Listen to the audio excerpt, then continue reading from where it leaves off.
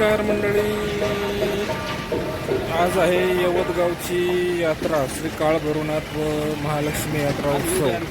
तर अत्यंत साधेपणाने गावकऱ्यांनी यात्रा भरवण्याचा निर्णय घेतलेला आहे आणि त्यामध्ये आत्ताच नुकतंच 2 दिवसापूर्वी महाराष्ट्राचे उपमुख्यमंत्री अजितदादा पवार यांच्या निधनामुळे सर्व गावकऱ्यांनी, यात्रा कमिटीने सर्वांनी एकदम यात्रा ही सर्व एकदम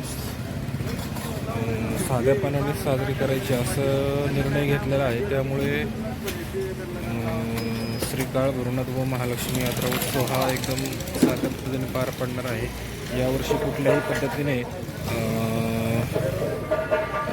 कुस्ती आखाडा किंवा तमाशा वगैरे असे खेळ कुठले नाही आहेत किंवा दारुगोळा नाही आहे, सगळं रद्द केलेलं आहे. पारंपरिक पद्धतीने जे परंपरेने जे काही देवाची पालखीचे पण हे सगळं कार्यक्रम होणार आहे दिवसभरामध्ये. त्यामुळे सर्व पै पाहुण्यांचे गावकऱ्यांच्या वतीने स्वागत आहे. आणि चला, रामकृष्ण हरी. आता तुम्हाला देवाची पूजा 6 वाजता आहेत, देवाची पूजा होते. आता पूजा तुम्हाला मी दाखवतो. चला, रामकृष्ण. श्री काळ भैरवनाथ व श्री महालक्ष्मी, आज मायपौर्णिमेनिमित्त यवतगावची रामकृष्ण हरी मंडळी, आज यवतगावची जत्रा आहे, यात्रा. चला,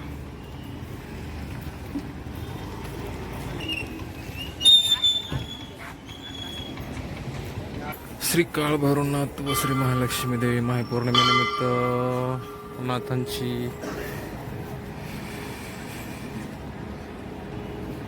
पूजा, महापूजा व